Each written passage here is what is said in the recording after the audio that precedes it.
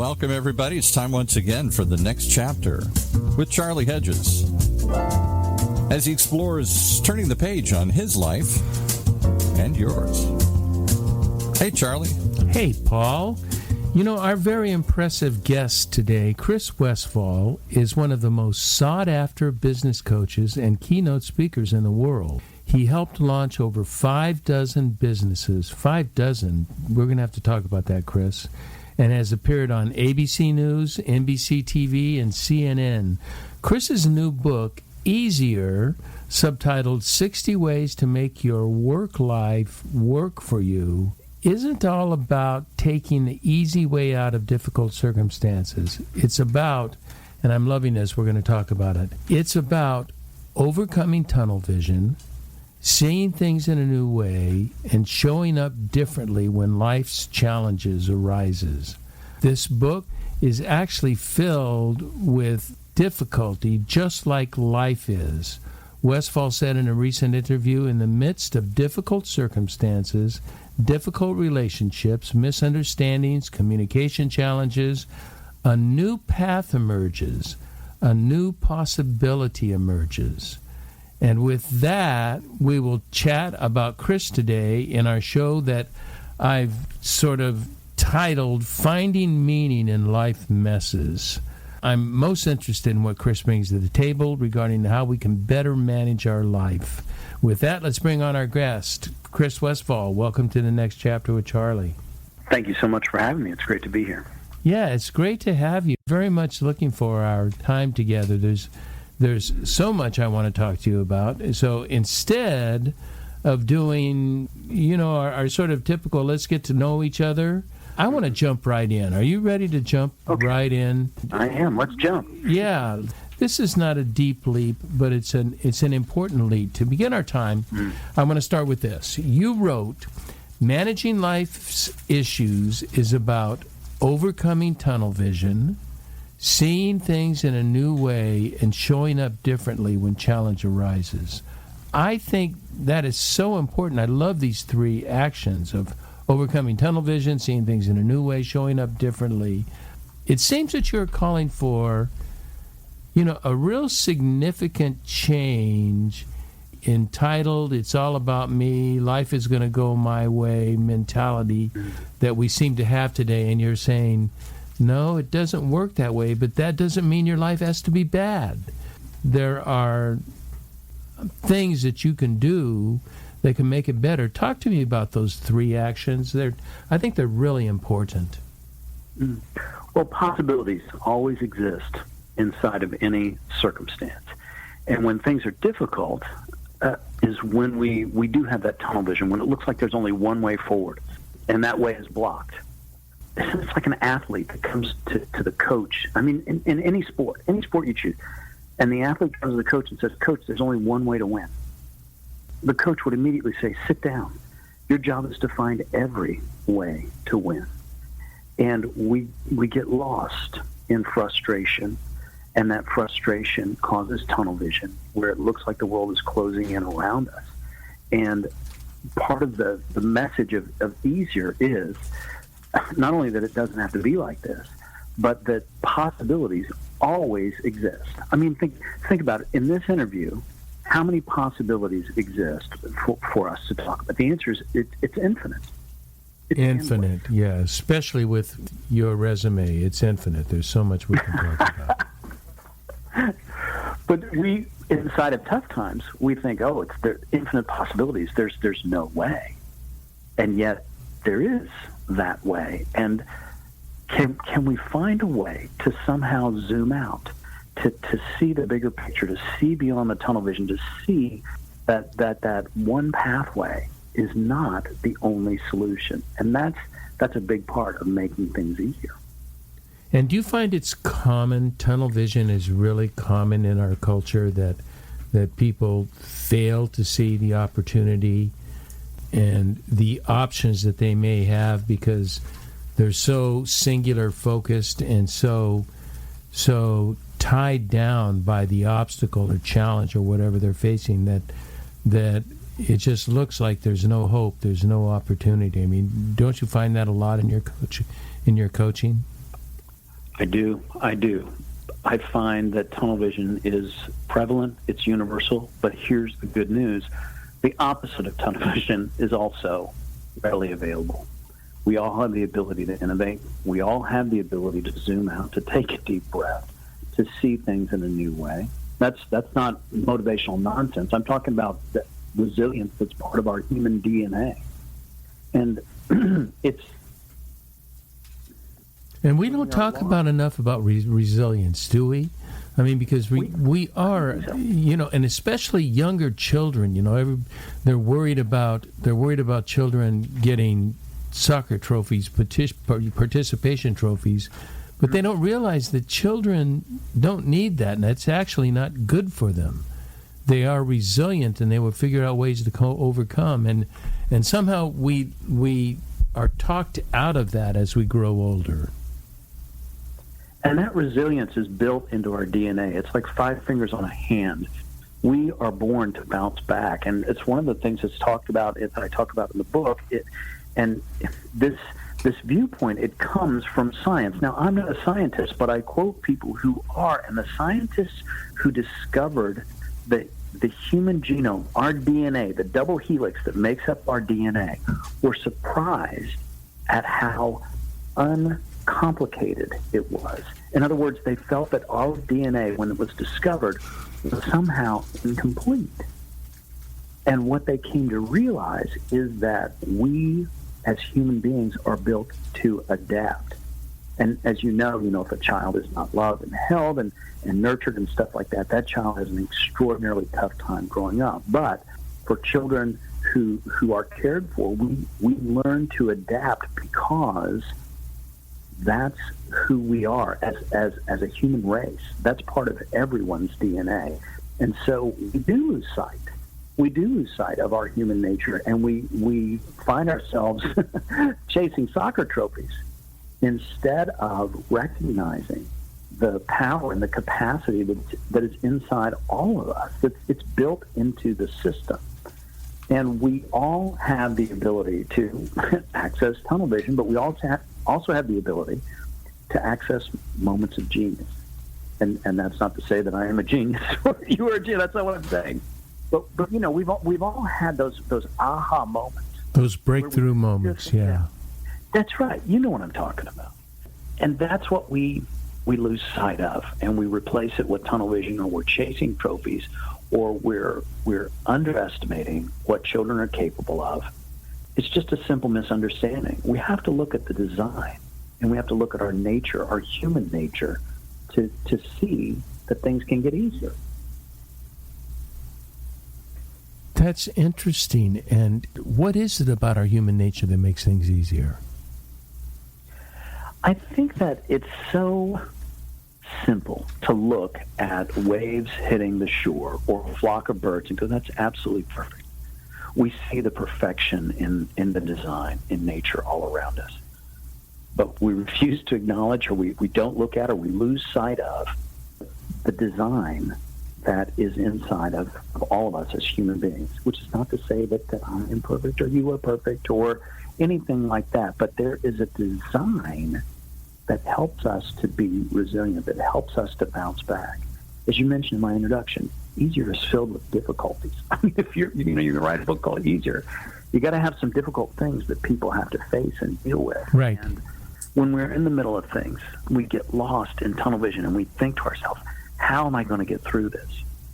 And the message inside of Easier, and it's a message that I had to come to on my own accord, but it's a message that says, what happens when you shift from how am I going to get through this to what can I get from this? How can I see something good in the design? How can I recognize my own resilience, which isn't trying to pump myself up or believe in a pretty lie about myself. It's simply noticing and acknowledging and understanding that we are built to innovate. We fall into tunnel vision, but we're built for the opposite of that if we choose to access it. It's almost as if you have to discover that on your own, isn't it? I mean, it's rarely is it taught. I mean, there's a few business management courses and few, psychological and self-development courses that will teach that. But for the most part, people are not taught that they are imaginative and that they can create new scenarios. It's instead of, and which I really can't wait till we talk about quitting later on. It's that we're always trying to make this thing that's not working better. We're not really applying our ability to think forward, to think creatively, to think, as you said, geniusly. It doesn't even occur because we're so caught up in the difficulties and messiness of life. It's true. It's absolutely true. But it's also true. It is both and true that we have the ability to access creativity. And while it's true it's not taught, if you stop and think about it, human beings have been creating things for hundreds of thousands of years. Oh, yeah. Human beings are built to create. We create partnerships, we create relationships, we create problems in our own minds, we create tunnel vision. I mean, we create things. And it is, I think, perhaps a failure maybe in our educational system, but it's something that people can access just by reflecting on who they are. And just looking at the human condition, we are here to create. And so many times when life gets difficult is when we're managing stuff, trying to manage our partner's moods, we're trying to manage our calendars, and we're not creating. We don't recognize that what it is that we're managing is in the pursuit of creation, of creating something better for ourselves, for our families, for our loved ones, for the people at work that matter to us, whatever the case may be. I mean, that's just what it looks like, Charlie, is that we are creators and co-creators with the people around us. That, I think, is something that we do lose sight of. Yeah, we lose sight of it, and then we can be discouraged about it because when we create something, we can be surrounded by non-creatives that are not ready to go down this new path, and we are chastised for our new path, and yet we are really on the forefront of what needs to be done. It's a personal and a cultural conundrum. I'm curious, when you talked about that we are resilient, that we have life difficulties, and that we can overcome those with imagination, with creativity, is that, I'm curious, Chris, did you discover that personally for Chris Westfall, or is it something you discovered from your clients? The best answer I can give you is yes. Of course, that's what I figured, but I thought I'd ask the question anyway. The things that I'm sharing are based on my research, but also on the coaching that I've received and the coaching that I've done with my clients. And the book, this conversation, it's a reflection of the experiences that I have had.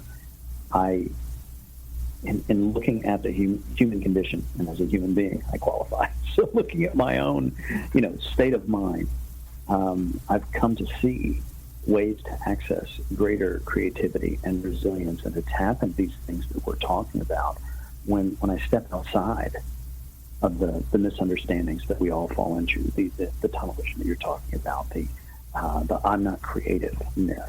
The other one that says, that's the way I've always done things. Oh, that's some dangerous language right there. Yeah, right. Yeah. Which means there's no chance for change. There's no chance for transformation. And again, that's just not how we're wired. We don't, we have all kinds of thoughts around change and resistance to change and that sort of thing, but we are built for it. And when we see that, and we see that in spite of our troubles and difficulties and the economic challenges and all the things that are going on, we're still standing. We're still standing. And that, in and of itself, to me, is evidence of our resilience. That's not just based on my personal experience, but that's the experience of every person I've ever met. Do you have, I'm going to assume that you have models in your linear instruction, models of success and models of being stuck and models of being caught in that, what was that loop we talked about, caught in that tunnel vision and seeing things old ways and not showing up differently. Did you receive somewhere? Did you read it? Did you come up with it? Where did the ideas for easier come? I'm interested in the genesis of creativity. It has a lot to do with the experience that you have with other people, but I was speaking last night I had dinner with an extraordinary creative. This man is, I don't think I'm overstating when I say he's genius, and he has no idea he is, because it's like downloads. He gets these models in his brain, and his models are brilliant, Chris. I mean, he's a consultant, and his models are as good as any model I've caught in just about anything. But he says they're like downloads. He says he didn't even think they were his ideas, so he never thought he was that smart, because it would just come to him like from some divine source. And I don't want to talk about necessarily that it's a divine source, but do you find these models just come to you, or do you work them out, or do you just get this aha that says, oh my goodness, this will work, let me test it out on my population and see if that works? Is that sort of your process, or is it different than that? It's a version of that. A couple of things that I would say, when I think about Easier is the book that I needed to write.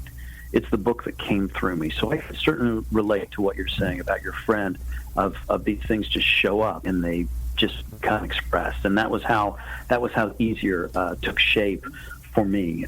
So I think that I can relate to having things come through me. And I think that things come through us all the time. Again, that's those moments of genius. When you just know how to figure something out. And I'm able to do that, and your friend's able to do that, not because we're superheroes, but because we all have that capacity. And, to say more about where this book, its origins, this project really came from a deep personal loss that I faced personally, and it was when I lost my father, and it was in the early days of the pandemic, and he tested positive on a Monday, and by Friday he was gone. Oh my goodness! I'm so sorry to hear that. And, well, I appreciate that. Thank you. And Charlie, he wasn't just my father; he was my friend, and we were very close. And this was in the days before vaccines and masks and all that stuff, and we were just caught off guard, and it was extremely difficult. I would find myself just doubled over, like I would be in traffic, just gripped with grief. I wouldn't be able to drive. I'm like, crying at a stoplight. I'm like, man, I got to get it together. I got to find a way out of this difficulty. What can I do to make this easier? What I discovered in the pit of my grief, which, by the way, it's still, my grief is still here, but it's, it changes over time. Yeah, but it never goes away. But it never goes away. But there is a way I found to show up differently, to honor my father's memory. And what showed up for me was being able to be at a stoplight and weeping and say, you know what, I'm okay with this. Because if I were to take action, if I could do something to make these tears go away and to stop this grief, you know what I have to stop? I have to stop the love that I have for my father. Yes. And I can't, and I won't, and I will never do that. And so, Charlie, what took shape for me was a willingness to embrace my humanity, my gifts and my flaws, the ups and the downs, the whole of it, and say, you know what, I'm okay with this. And as they say, grief is love persevering. And I embraced it. And I said, whatever shape my grief takes, you were mentioning models and stuff like that. I wasn't going to put a model on it. I wasn't going to say, well, it should be this and it can't be that. Can you imagine trying to tweak the variances in your grief? Yeah. It's crazy. Oh. And so I had to step into that, and I had to say, you know what? I'm okay with this. And I honor my father's memory because of the feelings that I had at the time, and I'm describing the feelings that I have right now. It's an honor to his memory, and I would never do anything to take those away. And so when we embrace our humanity, our human condition, when we embrace the messes, things get easier. I'm silent because that's really making me thinking. It is so true. When we embrace the messiness, that is when clarity does begin to emerge. But until we embrace it, it is our enemy, and we are fighting it, trying to overcome it. When, if I understand you right, we're trying to work in harmony with it. We're trying to work with it and have it somehow help transform us into a better state. Did I catch that at all right? Yeah, absolutely. I think that, and it's not about trying to control that state. Right. It's about understanding how thought works. Because again, we are resilient, and thoughts change. They shift. They die down. And when we make what we're feeling okay, rather than a mood that needs to be managed or medicated or anything like that, we say, you know what, this is part of being human. I've lost my father. Of course, I'm going to feel a lot of feels. Of course I am. And can't I be okay with that? And if you're having difficulties at work, or you've got a tough relationship, things aren't going well with your spouse, whatever the case may be, you've got some thinking around that, I'm here to raise my hand and say, so do I. Because that's part of being human. And when we want to create real and lasting change, what we've got to stop doing is wrestling with who we are and start embracing it and saying, you know what, when events and things and circumstances happen and they don't go our way, we're going to have some thinking around that. We're going to have some frustration. We're going to have some challenges.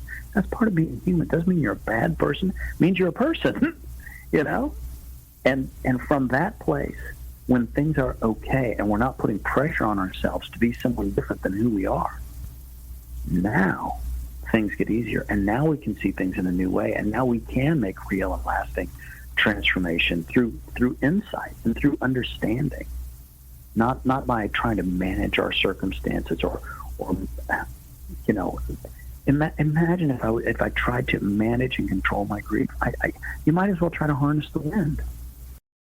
You can't do it. I came across, I think this is going to apply to our conversation, but I came across a document every now and then. Do you every now and then look at what you find some document you wrote a decade ago and you read it and say, oh my goodness, first of all, a lot of times I wrote it. I read it and I say, who wrote that? That was not bad. And other times I just say, oh my goodness. But I turned 70 in 2020. So I wrote this in 2011, and I said 2011, 9 years to go. And so I was sort of saying, what did I want to do in the next 9 years? Who did I want to become? And it was not a goal setting that I want to achieve this career or this amount of money or this particular fame or whatever, but they were very values oriented and what I wanted to look like. I had not looked at that list in a decade. I had not, it wasn't something I checked off on a regular basis. I just wrote it one day, and I looked at it, and I showed it to my wife just a couple of days ago, and we were both shocked at how my life almost is identical with what I want it to be.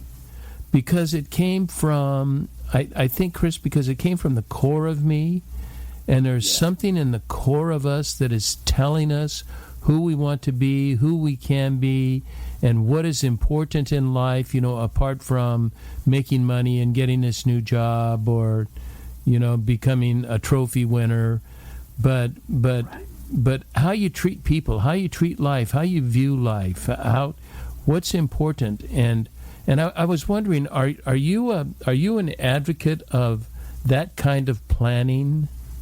I'm an advocate of that kind of exercise, I think that kind of planning can be a little slippery, and I'll tell you why. Is for someone hearing that, and they put down a 10-year plan. What if they don't take the same approach as you do, and they're checking in and they're saying, well, and they treat it like a checklist. I should be here, I should be there, right? And that makes things difficult, because sometimes people go, well, I've got a stopwatch on success. And not only do I have a stopwatch on success, but I know exactly when success is going to show up, which is right next door to I can predict the future. False. It's a misunderstanding. But we fall into that trap all the time. I think what you went through is what you're describing, and what I hear, Charlie, is I sat down and I expressed my values, and I looked into the crystal ball, into the future, and said, here's how I think these values are going to express themselves. And what you wrote down was your truth. And, 10 years later, you're living it. So I think from that standpoint, it's really, really a good and valuable exercise. But when people put timelines on where I should be 10 years from now, source of frustration, right? They're typically arrival points rather than journey points. I think. Correct. I think a lot of mine was a journey point. It wasn't an arrival point. It was a continuing journey, that I'm continuing on this journey and pursuing this and continuing to pursue something, rather than saying, I am going to be, I'm going to be a podcast host in 2023. It wasn't even in the list. I didn't even know about podcasts in 2011 for me personally. Sure. What I want to do is I really want to get into something that I am finding very interesting in your writing. And I think because it's going to be a little bit of a content shift, probably it's a bit early, but I think now might be a good time for us to take a break. And then I want to go into this context shift. Is that a context shift? Is that okay with you? Sounds perfect. Okay. Yeah.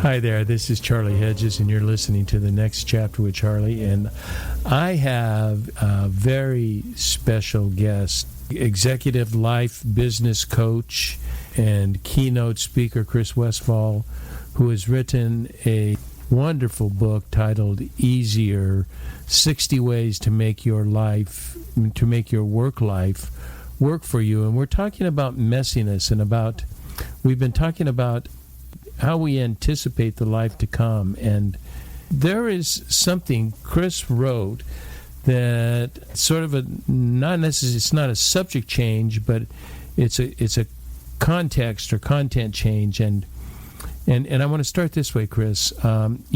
We have such a stigma. I think it's probably pretty international, but certainly Western and certainly American. We have this stigma against the idea of quitting. And you have written that winners know when to quit. I'm so glad you wrote that, because people don't talk about that. And I'm wondering, when you talk about winners know when to quit, what you had in mind when you said that? Winners quit doing the things that don't serve them. Winners quit doing the things that are not useful. Winners do consistently what other people do only occasionally. And they quit being inconsistent. And that's what helps them to access discipline. I'm not speaking of winners in general, but you can think of any successful person or the successes that you've enjoyed in your life. When we say yes to something, we have to say no to something else. Right. It's impossible. You can't do two things at once. You can't. You can't fish and ride a bicycle. You can't play the piano and play baseball at the same time. You can't do it. Unless you're trolling with a fishing rod on your bicycle.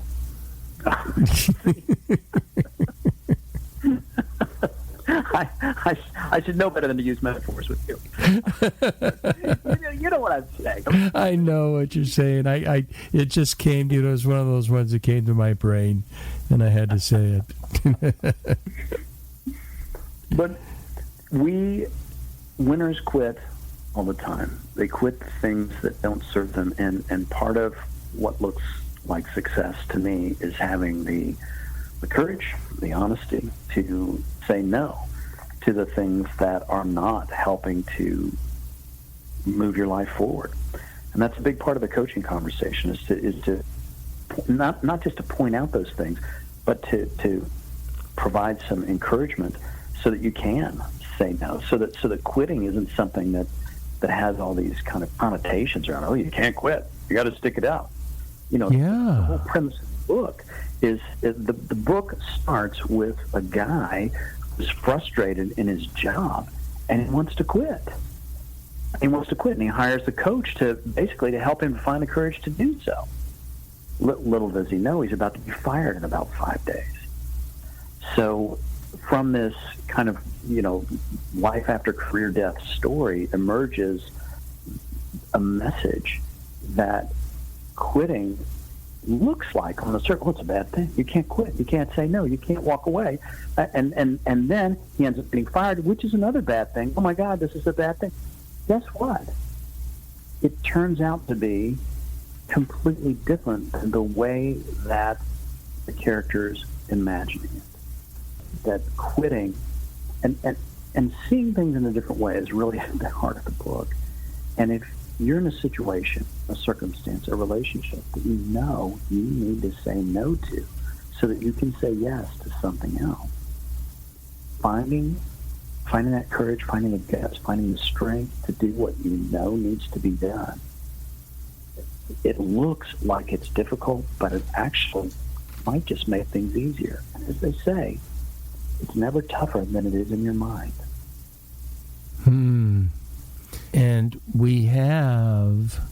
most of us have such a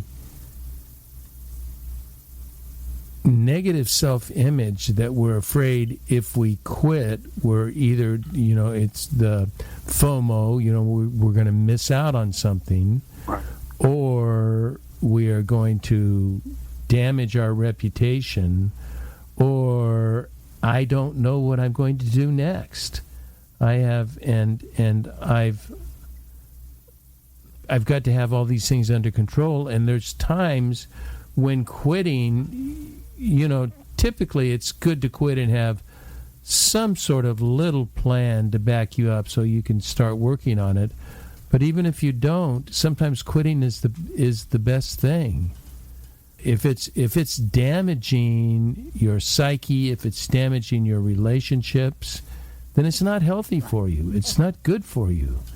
And it is time to quit, and we have plenty of time in our life to experience. Chris, I've probably had 7 careers mostly because I just don't have the capability of lasting more than a decade at anything. I've got to go on to something new. Even when I'm in the midst of oncoming success, I say, nah, it doesn't make a difference. I need to do something different.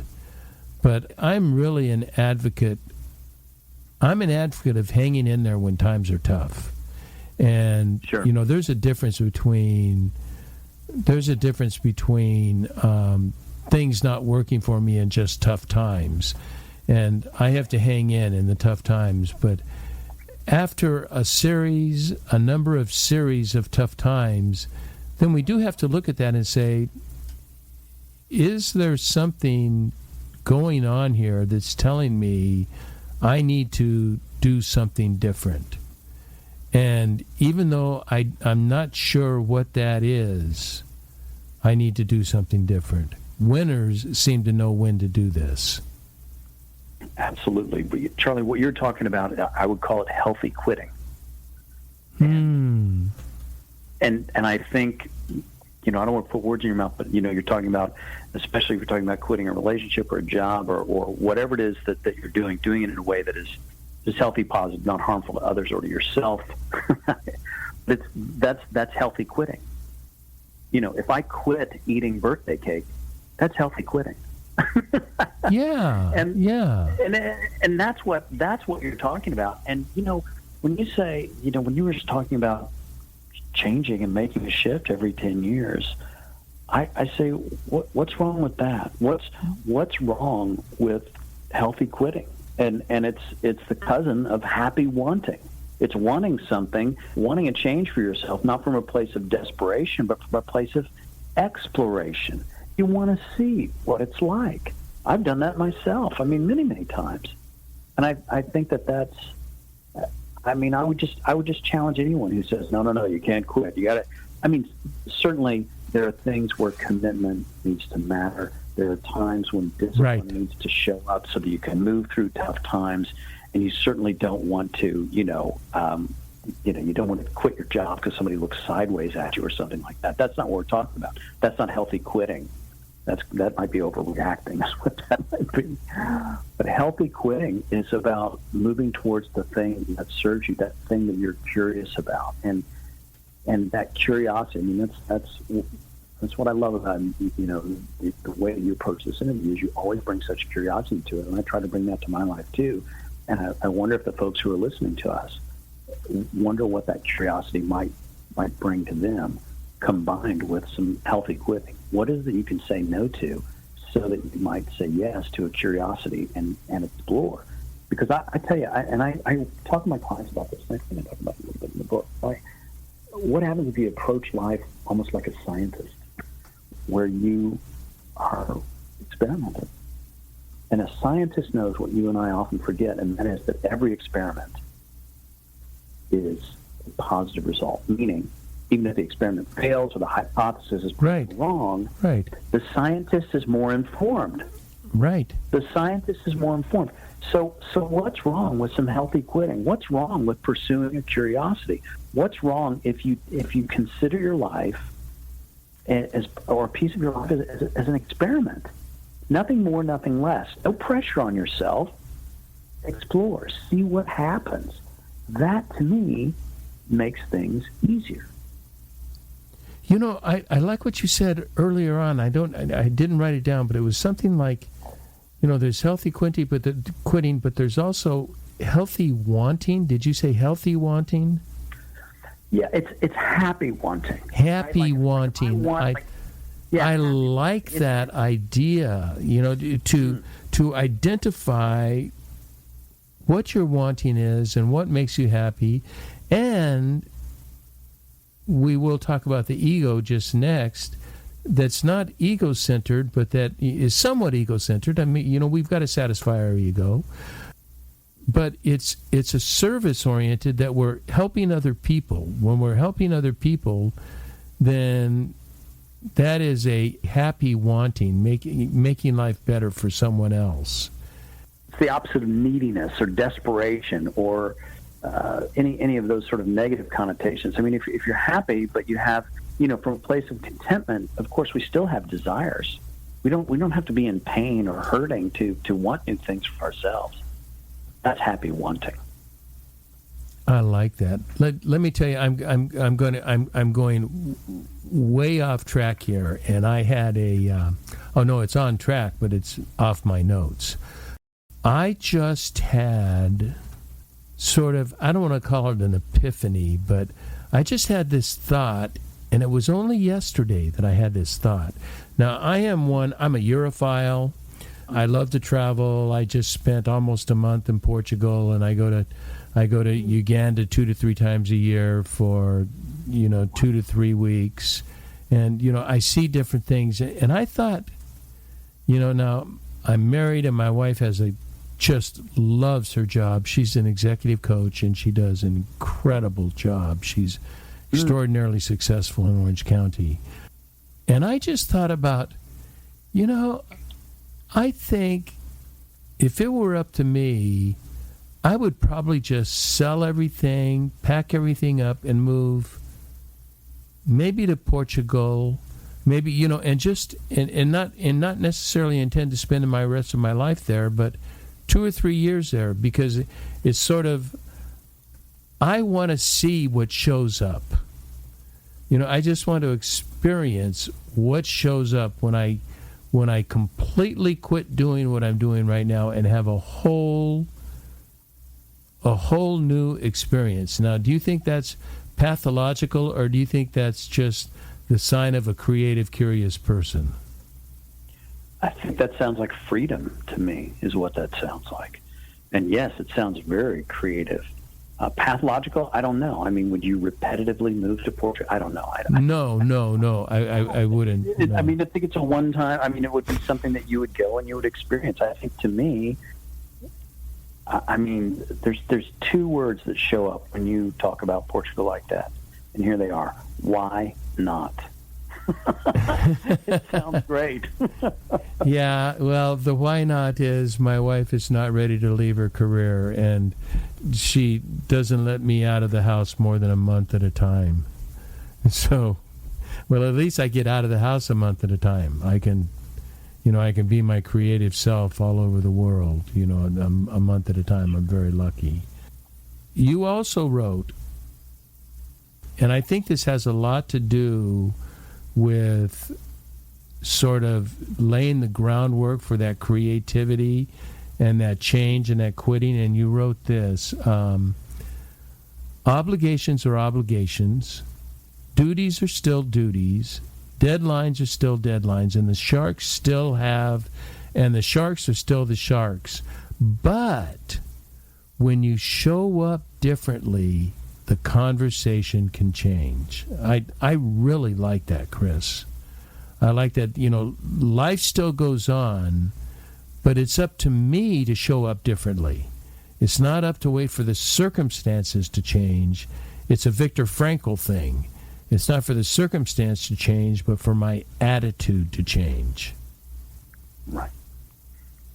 And what Frankl talks about is that inside of any circumstance, we always have the freedom to choose how we show up, how we respond, how we react. Circumstances are beyond our control. That is just how life works. But how we respond to our circumstances and how we show up, that to me looks like something that we can influence on a daily basis, on a moment-to-moment basis. One of the things that I've discovered is that in the face of deadlines and obligations, I can change my relationship with deadlines. I mean, I can start by saying, oh my God, I got a deadline. How am I going to hit this thing? This is just a nightmare, blah, blah, blah. And I can start making up a story that's sort of a horror film in my mind. Right? Yeah. But the coaching question that's asked and easier, and the question that I have to ask myself, is who would I be without that story? What would I do without burning cycles on, creating the scary music and monsters and all the, the things that I need to worry about before the deadline? Who would I be without that story? Well, who I'd be is someone taking action, someone finding resources. If I couldn't hit the deadline by myself, to find people that could help me, to zoom out, to take it. It's the opposite of tunnel vision. I gotta have the opposite of tunnel vision, and I can't do that if I'm lost in a story, especially if that story is an elaborately crafted horror movie, which by the way, we all fall into those stories. We all get lost in thought. It's part of human nature as well. But when we see that we are not our thoughts, when we see that we've got some thinking going on around our circumstances, and when we come to that understanding, it opens up new possibilities. And here's the thing, just because a train of thought shows up doesn't mean you have to ride that train. And it is possible that deadline is going to be missed, that deadline is a nightmare. It's also possible that you're going to hit the deadline. It's also possible that you could call other resources. It's also possible that you could find a new way of going about doing things, but not if you're lost in thought. Does that make sense? It makes perfect sense. As a matter of fact, Chris, it was in my notes. Understand that we are not our thoughts, and that we can make, as you and I talked before, and you had said, we can make challenging events or issues even worse by thinking our way deep into the challenge. and not into the solution, not into the creative opportunity. And we believe that negative thought about ourselves. And it's so easy to understand because, we've been told that. We've been told it by parents, by bosses, by teachers, that, so many of us have been told that of what we lack, and that becomes a thought pattern that sort of dictates the way we think about ourselves, and that needs to be reversed. And you're challenging us in your book and in this conversation on the podcast. You're challenging us to think differently. You suggested to slow down, zoom out, and recognize that you don't have to do it all alone. That right, Sarah, just those three things are probably worth a show. To slow down, take a big picture view, and recognize this is life is a relational program. No doubt. And recognize that you have the ability to ignore your thoughts. Just because a thought shows up doesn't mean you have to engage with it. I mean, it's like this. It's like the story of the two guys that come up to a mountain. And the first guy says, man, look at that mountain. That thing's gorgeous. I can't wait to hike that mountain. And the second guy says, man, look at that mountain. I'll never get over that mountain. I want to go back home and watch Netflix. and my question is the mountain a good thing or a bad thing? Is the mountain something to be hiked or is it something to be avoided? And the answer, Charlie, is it's just a mountain. But it's our thinking around the mountain that means we're either going to hike it or we're going to go buy a bag of Cheetos and watch some Netflix. And no judgment on either one of those outcomes. As I say, either choice, oddly enough, I mean, it's not normally our response, but either choice is legitimate. There's not necessarily a value on that. But the mountain's neutral. The mountain is neutral. Yes. The mountain is neutral. And that's the thing. If circumstances, if we aren't able to get to neutral, it's really hard to accelerate.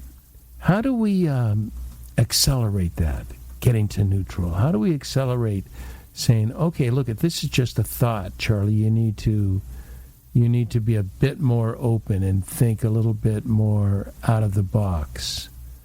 How do we get to that point, Chris? I mean, that's, we're so ingrained with this linear and limited thinking. Right. And we walk through life, this is good, that's bad, and we play a game in life of not it. That's not for me, not that, I can't do that, that should be different. And we walk through life passing judgment on the ifs, ands, and buts all around us.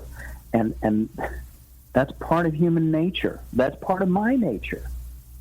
But it is possible from a place of understanding to see that there's something beyond the labels. The mountain is neither a good thing nor a bad thing. And I'm not trying to say anything other than recognizing that possibilities exist beyond the labels and the pre-assignments that we've many times been given by the way that we were raised or whatever the case may be, the tunnel vision that people, well-intentioned people, gave to us. I had this in my life. Oh, yeah, and and it's out of a good heart. They're trying to protect us. They're trying to tell us this is the way things work, but they don't work that way. But their goal is to help us, to protect us. But see, that's why I say, in the spirit of invitation, is there an experiment that you could run, like a scientist, to answer this 3-word question: is that true? And I'm not trying to suggest that you should try doing dangerous things just to see if it's really something you should be protected from. But I'm talking about, like what you were talking about, going to see Portugal. I'm sure at some point in your life that was impossible. That was unimaginable. Yeah. And yet here we are. And the only way that you can have those experiences is to explore. And if you had a label that says, I'll never go to Europe, or, flying over the Atlantic, that's dangerous, you should never do that. I mean, whatever that might be, the only characterization that I want to give to that is to simply say that's just a thought. That's nothing more and nothing less than a thought. And when we see beyond our thinking, we come to an understanding to recognize that thoughts come and go. And sometimes we turn our thoughts into things, and those things become scary movies and things to be avoided and things that we'll never try. Well, that's not an exploration of possibility. And if you're wondering why you're experiencing tunnel vision, maybe look at that.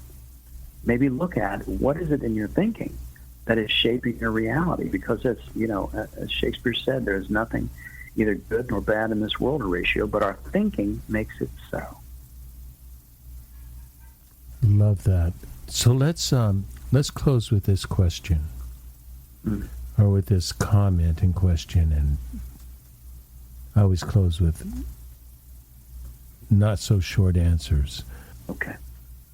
Meaning, as I've read your work and talked to you now, meaning in messiness, finding meaning in messiness, really simply means it's finding meaning in real life, doesn't it?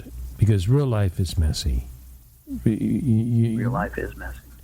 And it's how do we deal with the messinesses, the challenges?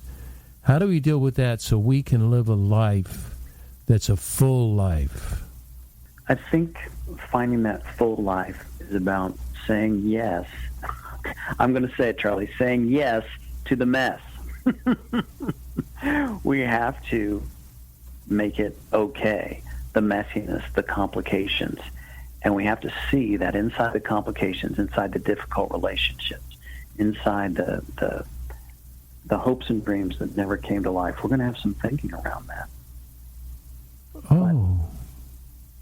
Do you see where I'm going with that? Oh, I see exactly where you're going, because I'm thinking of relationships, and I'm thinking of certain situations that when I embrace the messiness without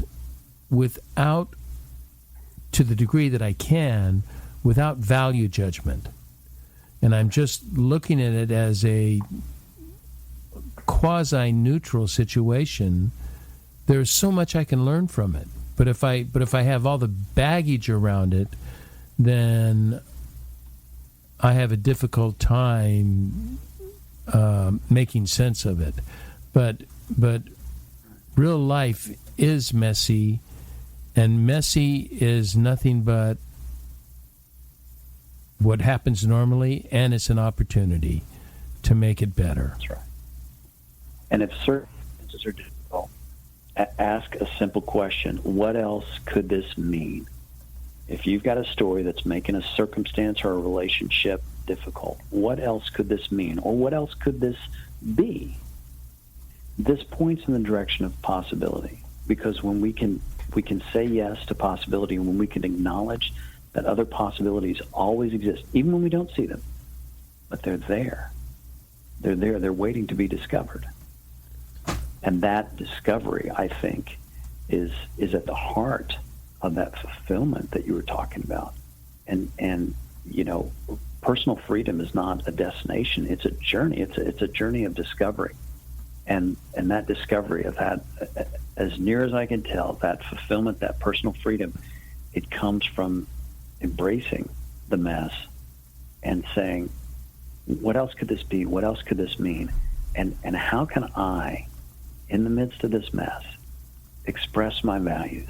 How can I create something for myself, for the people that I care about? And how can I drop the story? Drop the story that I'm creating inside my mind. We all do it. I love the idea of freedom. Freedom is my number one value in life, and yeah. I think that's so clear. So I mean, so critical that you're saying. Well, I'll tell you what, this has been an exciting time. This has been really a learning time, and it's been sort of a different show for me. I don't know how to articulate how it's different, but it's been a different show, and it's been a very fun show. It's been a very interesting show for me, and I want to thank you so much for being willing to play the Charlie game. You've been a good participant. Well, thanks for having me. Thanks for your insights and for your curiosity. I appreciate you, and I'm grateful for the conversation. Thanks. Thank you. It's been a pleasure having you on the show. How do you want listeners to? Do you want them to go to your website? What do you want? How do you want to have listeners get a hold of you or find out more about you? Sure. Well, folks can find me across all social media channels at Westfall Online, and that's also my website, westfallonline.com. And Charlie, I don't normally do this, but for your listeners, if folks are interested in exploring some of the things that we've talked about here today on a personal level, professional level, I have a contact button on my website, and you can set up a 30-minute conversation there. Oh, really? Yeah, I'd be happy to offer that. So if folks want to, and there's no charge for it, you just come in and we can talk via phone, or we can meet up via Zoom. And the only thing that I ask is just that you come to it in the spirit of coaching, which is in the spirit of service, to find something in your life that's missing, sort of that happy wanting that we were talking about. And that's the spirit of discovery that the website offers. So if people are interested, I'd be happy to chat with people personally. Well, I may call you.